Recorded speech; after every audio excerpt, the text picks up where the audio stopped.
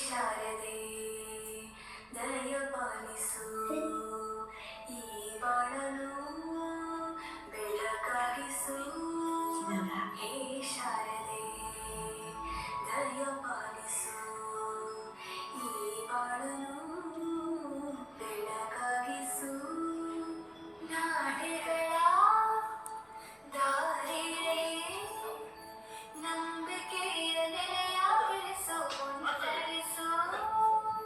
ಕೈ ಹಿಡಿದು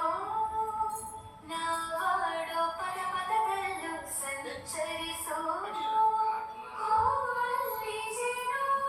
ಗುಡಿ ಕಟ್ಟದೇನು ನೀರಲ್ಲಿ ಮೀನು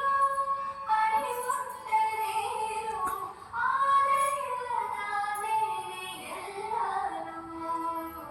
ಹೇ